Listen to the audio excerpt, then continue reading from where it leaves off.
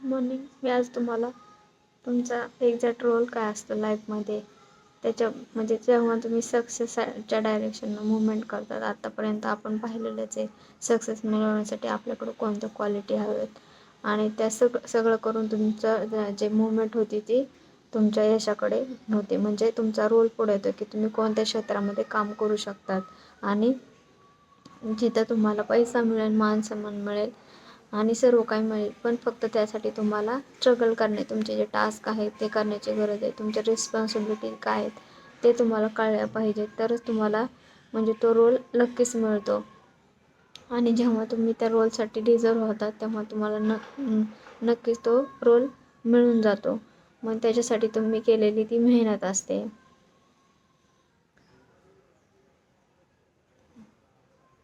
मेहनतच असते तुमची. नंतर तुम्हाला हा रोल कसं काय मिळाला, का मिळाला, तर ह्याच्या मागं तुमची मेहनत असते, टास्क कंप्लीट असते, तुमची रिस्पॉन्सिबिलिटी असते, तुमचं हे असतं, तुम्ही वर्क केलेलं असतं तुमच्या जॉब म्हणजे तुमचा रोल तुम्हाला समजलेला असल्यामुळे तुम्ही त्याच्यावर तर मिरर चेकमध्ये तुम्ही चेक करू शकता की तुमचा जॉब काय आहे आणि तुमच्या जॉबचं डिस्क्रिप्शन काय आहे ते तुम्हाला समजलं पाहिजे. आणि जेव्हा तुमच्या जॉबचं डिस्क्रिप्शन कळतो तेव्हा तुम्हाला तुमचा रोल परफॉर्म करायला काहीच अवघड जात नाही. आणि नंतर दुसरी गोष्ट जी आहे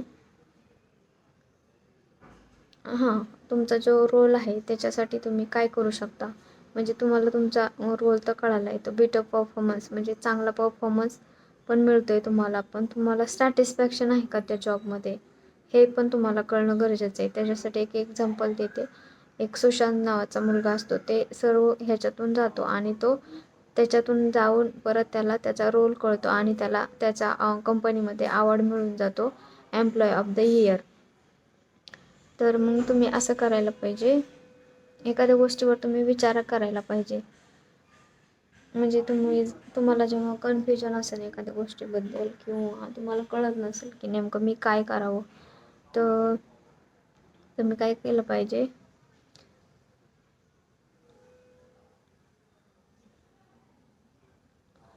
म्हणजे त्याच्यासाठी तुम्हाला काही कन्फ्युजन असेल तर तुम्ही थोडं लिहून ठेवायला, थिंक करायला सुरुवात केली पाहिजे त्याच्याबद्दल. मग थिंक करून करून तुम्हाला नंतर त्याच्यामध्ये एक्स्ट्रा वर्क पण मिळून जातं. तेव्हा मग तुम्हाला रेग्युलर तुम्ही जे टास्क करतात ते चेक करण्याची तुम्ही सवय ठेवली पाहिजे. आणि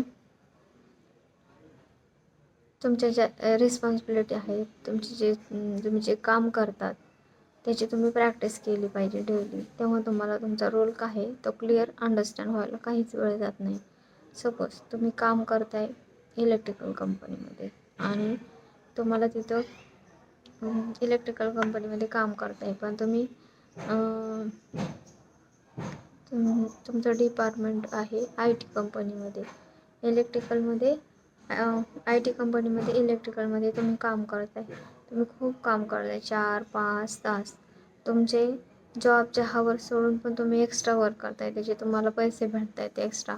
पण तुम्हाला तिथं तुमचा रोल परफॉर्म करून पण तुम्हाला जी पुढची जर पोझिशन म्हणजे समोरच्याकडून मिळाली पाहिजे ती मिळत नाही आहे.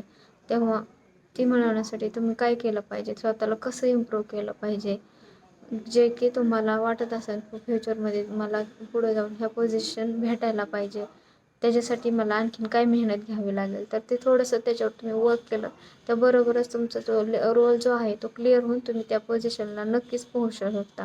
हे मला सांगायचं. थँक्यू.